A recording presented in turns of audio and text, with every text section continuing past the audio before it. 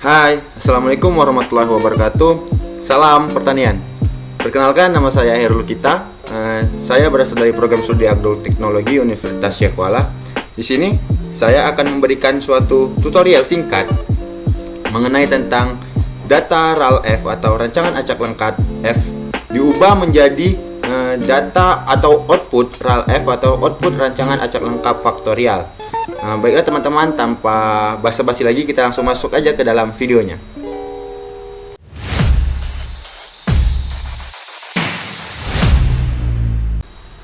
Nah teman-teman, untuk mempersingkat waktu, saya di sini sudah menyiapkan data yang saya ambil dari PPT dosen saya mengenai tentang data RAL-F.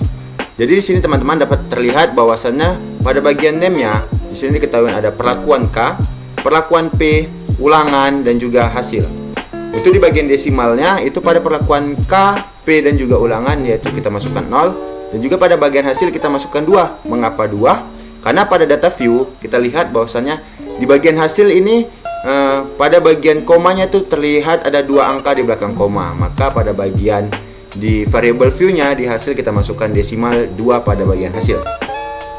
Untuk labelnya di sini teman-teman bisa masukkan pada perlakuan K yaitu kapur, pada perlakuan P itu ada fosfat, dan juga di bagian hasil itu kita buat hasil biji kering kacang tanah dalam gram per pot.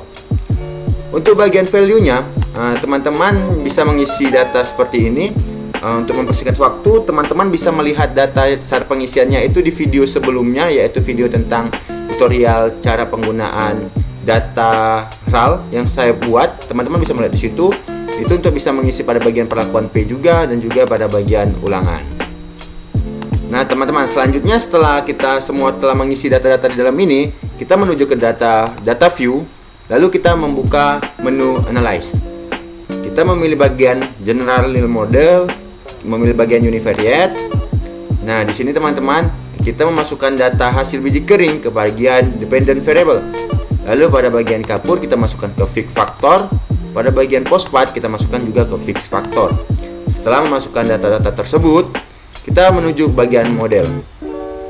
Pada bagian model ini, spesifik modelnya dari full factorial kita ubah menjadi custom.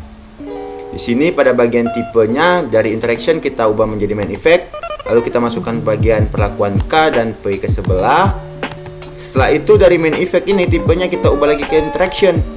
Mengapa? Karena kita akan menyatukan pada perlakuan P dan juga K dengan cara menekan shift dan lalu tombol ke atas. Setelah itu kita pindahkan ke kanan. Setelah langkah-langkah tersebut dilakukan, kita tekan continue. Setelah itu kita menuju bagian post hoc. Di sini kita memindahkan pada perlakuan K dan perlakuan P di bagian post hoc-nya. Lalu kita menekan constreng pada bagian equal variance yaitu LSD, Tuki dan juga Duncan. Setelah itu continue. Langkah selanjutnya yaitu ada menuju bagian option. Nah, di sini kita hanya menekan bagian overall saja yang kita pindahkan ke bagian sebelah kanan. Setelah itu bagian displaynya kita mencontreng descriptive statistik dan juga homogeneity test. Setelah itu kita menekan bagian continue.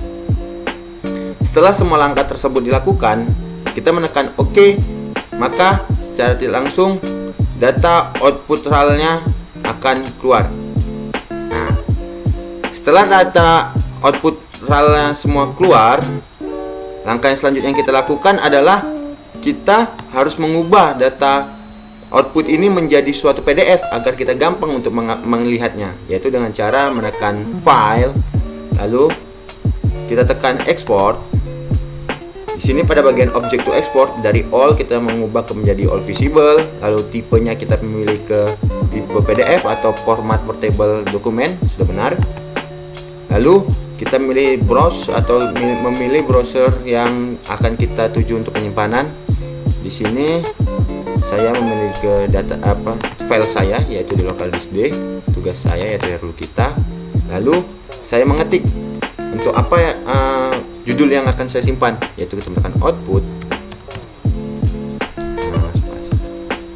RAL F nama sendiri, nama teman-teman sendiri. Setelah itu save.